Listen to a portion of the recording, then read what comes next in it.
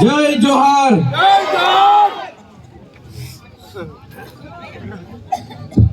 જે લોકો મને જ્યાં પણ થી સાંભળે છે એ બધાને વિનંતી કે પોતપોતાની જગ્યા જ્યાં છાંયડો મળે ત્યાં જ્યાં ઊભા હોય ત્યાં લઈ લો. વડીલો, યુવાનો, માતાઓ, વધારે ભાષણ કરવા માટે હું નથી આવ્યો. ટૂંક સમયમાં જ અહીંયા કાર્યક્રમ પૂર્ણાહુતિ તરફ જઈ રહેલી છે ત્યારે ઘણા સમયથી તમે પણ બેઠા છો તો બધા જ વડીલો, યુવાનો, માતા બહેનો મને જ્યાં પણ સાંભળે છે, જે લોકો રસોડામાં હોય તે જમવાનું લઈને બેસી જાય, ત્યાં રસોડામાં લાઈન પર ના હોય. આજુબાજુ ઉભેલા બધા જ લોકો જોઈ લો, બાજુ દેખાય છે ને બધાને? બધા પોતપોતાની જગ્યા લઈને બેસી જાઓ. જ્યાં તમને છાંયડો મળે છે, જ્યાં અનુકૂળ આવે છે ત્યાં બેસી જાઓ. હલો. આજની પરિવર્તન સભામાં અહીં મંચસ્થ ઉપસ્થિત આમ આદમી પાર્ટીના જિલ્લા પ્રમુખ પિયુષભાઈ પટેલ, લોકસભા ઇન્ચાર્જ યાકુબભાઈ ગુરજી, સાથે ઝઘડિયા તાલુકાના પ્રમુખ સર્જનભાઈ, વાલિયાથી કિરણભાઈ, નેત્રંગથી અનિલભાઈ, સાથે વાલિયાના યુવા આગેવાન એવા રજનીભાઈ, પૂર્વ વાલિયા તાલુકા પંચાયતના પ્રમુખ શ્રી અને હમણાં જ આપણે એમને સાંભળ્યા એવા રાજુભાઈ, મહામંત્રી ચિરાગભાઈ, દીપકભાઈ, અમારી સાથે મિત્ર અને નર્મદા જિલ્લા આમ આદમી પાર્ટીના પ્રમુખ એવા નિરંજનભાઈ વસાવા, અમારા ડેડિયાપાડાના સામાજિક અગ્રણી એવા દયારામભાઈ વસાવા અને મંચસ્થ તમામ આગેવાનો, મારી સામે બેસીને છેલ્લા 2-2.5 કલાકથી મારી રાહ જોઈને બેઠેલા મારા પિતા તુલ્ય વડીલો, માતા તુલ્ય માતાઓ, મારા યુવાન મિત્રો, મારી બહેનો, મારા ભૂલકાઓ, બધાને ચૈતર વસાવાના વંદન કરું છું, નમન કરું છું, જોહાર કરું છું, ગુલાલ જિંદાબાદ કરું છું. સાથીઓ, જે લોકોએ દારૂ, પૈસા કે લોભ લાલચ વગર મને આટલી નાની ઉંમરમાં આટલી મોટી જવાબદારી આપી મને ધારાસભ્ય બનાવ્યો, એ લોકો સાગબારા, ડેડિયાપાડા અને ચિત્તાના લોકો માટે એકવાર જોરદાર તાળીઓ પાડી લો.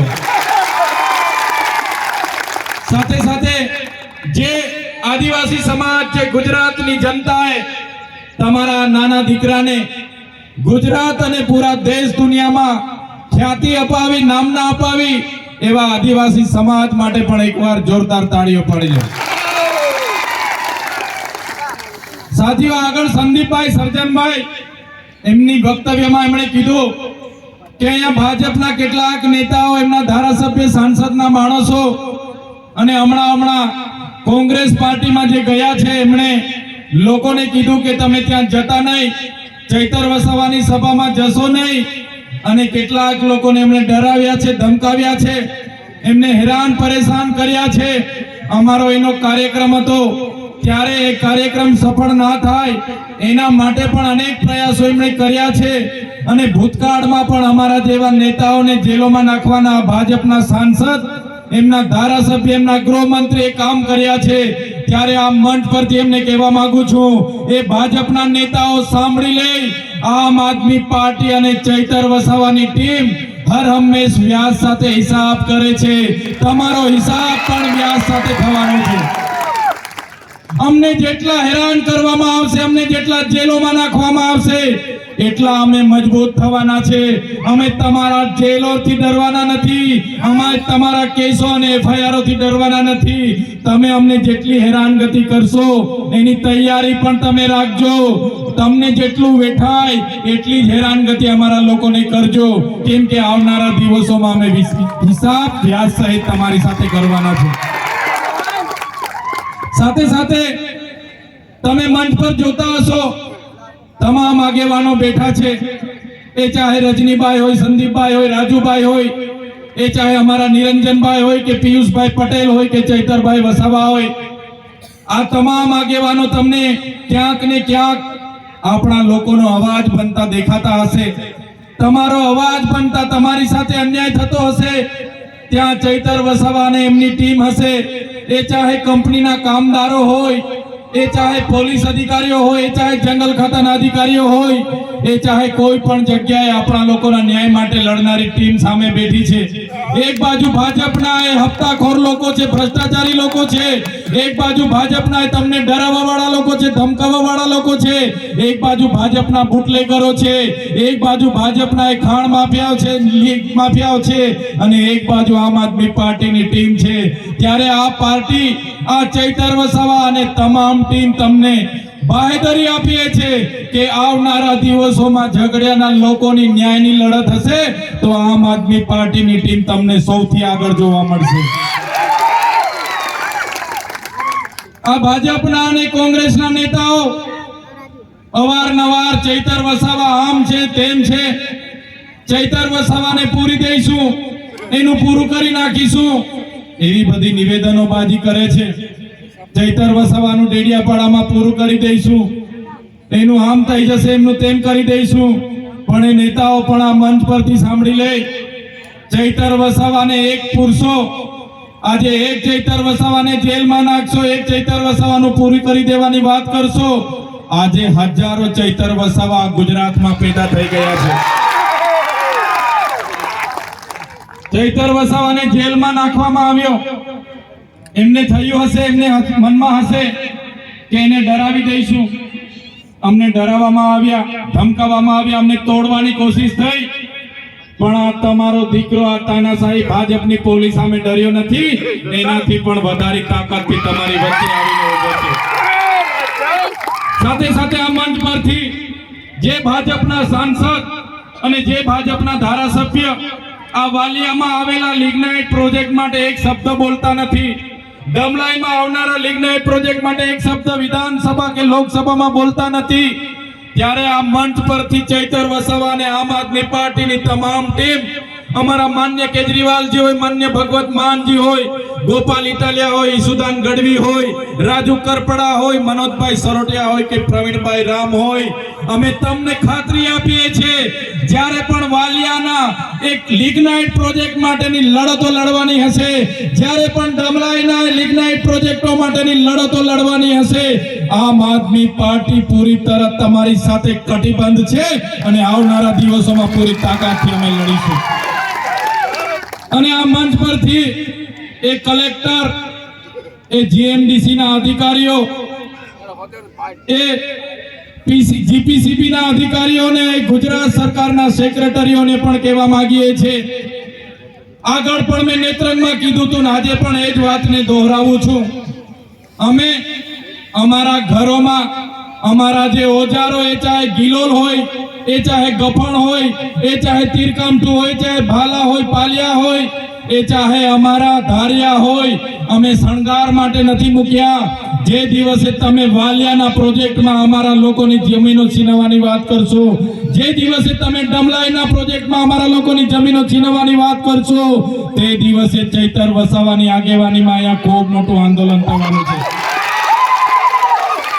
અને આ મંચ પરથી, જાહેર મંચ પરથી પણ કહેવા માંગીએ છીએ, અમારા લોકોને તમે જીઆઈડીસીઓમાં હેરાન કર્યા છે, આગળ રાજપારડી લિગ્નાઇટ પ્રોજેક્ટમાં હેરાન કર્યા છે, આગળ અનેક પ્રોજેક્ટમાં ડેમોના નામે અહીંયા હેરાન પરેશાન કર્યા છે, કોરિડોરના નામે હેરાન કર્યા છે, હાઈવેના નામે હેરાન કર્યા છે, અમારા લોકોને તમે આ વિસ્તારમાં હેરાન કરવાનું કામ કર્યું છે। ત્યારે આવનારા દિવસોમાં લિગ્નાઇટ પ્રોજેક્ટ જે પણ તમે લાવવા માંગો છો, જે પણ તમે હાઈ સ્પીડ કોરિડોર લાવવા માંગો છો, એની માટેની લડત અમે લડવા તૈયાર છે, પણ તમને એક ઇંચ જમીન આપવાના નથી। અમારે આવનારા દિવસોમાં પાડેલિયાવાડી કરવી પડશે તો પાડેલિયાવાડી પણ કરીશું, અને અમારે નેપાળવાડી કરવી પડશે તો ગાંધીનગરમાં જઈને આ વાલિયા અને ઝઘડિયાના લોકો માટે નેપાળવાડી કરવા પણ અમે તૈયાર છીએ। આ ગ્રાઉન્ડમાં આપણે બેઠા છે, એ ગ્રાઉન્ડના માલિક ચંદ્રકાંતભાઈ વસાવા સમસ્ત આદિવાસી સમાજના પ્રમુખ છે, એમને રાજકારણ સાથે કોઈ લેવા દેવા નથી। સમાજનો કોઈ ભૂખ્યો તરસ્યો માણસ આવીને અહીંયા ઉભો રહે, કોઈને પણ કોઈ મદદની જરૂર પડે તો પટાક દઈને પહોંચી જાય, દાન કરે। કોરોનાના સમયમાં આ વિસ્તારમાં નર્મદાનું પૂર આવ્યું તે સમયમાં એમના પરિવારે, એમની દીકરીએ એમનાથી બનતી યથાશક્તિ પ્રમાણે એમણે યોગદાન આપ્યું। આપણે ગ્રાઉન્ડની માંગણી કરી ત્યારે ભાજપના લોકો એમને ડરાવવાના પ્રયાસ કર્યા, એમને ધમકાવવાના પ્રયાસ કર્યા, ત્યારે આ ચંદ્રકાંતભાઈ આજે અહીંયા નથી કે આપણને સાંભળતા પણ હશે। આ મંચ પરથી કહેવા માંગીએ છીએ, જ્યારે અમારા ચંદ્રકાંતભાઈને આ પોલીસ એમનું જીએસટી, એમનું ઈડી, એમના ગૃહમંત્રી કે એમના ભાજપના નેતાઓ ક્યારેક પણ ખોટી રીતે હેરાન પરેશાન કરશે. આ ચંદ્રકાંતભાઈ માટે માત્ર ઝઘડિયા વાલિયા નેત્ર નથી, આ ચંદ્રકાંતભાઈ માટે આખું ડેડિયાપાડા પણ આવશે અને જરૂર પડશે અંબાજીથી ઉમરગામના લોકોને લાખોની સંખ્યામાં ભેગા કરી. કોઈ પણ આદિવાસીનો માણસ આગળ વધે એટલે આ ભાજપના સાંસદના પેટમાં તેલ રેડાય છે.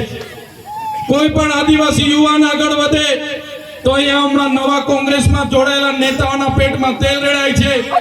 ત્યારે એ લોકોને હું કહેવા માંગુ છું, આમ આદમી પાર્ટી નેતૃત્વ પૂરી પાડનારી પાર્ટી છે અને આવનારા દિવસોમાં કોઈ પણ આદિવાસી કોઈ પણ બિઝનેસ સાથે જોડાયેલો હશે, કોઈ પણ નોકરીમાં જોડાયેલો હશે, કોઈ પણ જગ્યાએ આગળ વધતો એના ટાટિયા ખેંચવાનું કામ જો આ ભાજપના કોંગ્રેસના નેતાઓ કરશે તો એ લોકોને પણ એમના ઘરે જઈને એમનું પાણી અમે મપાવી દઈશું. સાથીઓ, તમને બધાને ખબર છે અનેક લાખો બલિદાનો પછી, હજારો ક્રાંતિકારીઓની શહાદતો પછી આ દેશને આઝાદી મળી, દેશનું બંધારણ બન્યું અને દેશના બંધારણમાં આદિવાસીઓ માટે અનુસૂચિ 5 લાગુ કરવામાં આવી. આજે 77 વર્ષ થઈ ગયા, આજ દિન સુધી અનુસૂચિ 5 લાગુ નથી થઈ, 65 લાગુ નથી થયો અને બહારના લોકો આવીને આ વિસ્તારની જમીનો છીનવે છે. ત્યારે આપણે બધા એક થવાની જરૂર છે, લડવાની જરૂર છે. કેમ કે આપણા આજ નેતાઓ દલાલ બનીને બેઠા છે. સૌથી વધારે જો આ વિસ્તારની સમસ્યા હોય તો આ વિસ્તારમાં જીઆઈડીસીઓમાં આપણા કામદારોનું શોષણ થાય છે. જે પ્રકારે સરકારે એમના ધારા ધોરણ મુજબ નિયમો બનાવ્યા, એમને ઇન્ડસ્ટ્રીયલ ડિસ્પ્યુટ એક્ટ મુજબ નિયમો બનાવ્યા, મિનિમમ વેજીસ, આજે પીએફ ફંડ હોય, આજે મેડિક્લેમ હોય, આજે ગ્રેચ્યુટી હોય, ઇન્ક્રીમેન્ટ હોય, બોનસ હોય, ત્યારે આપણા કામદારોને પૂરેપૂરું આપવામાં નથી આવતું, એમના માટે શોષણ થાય છે.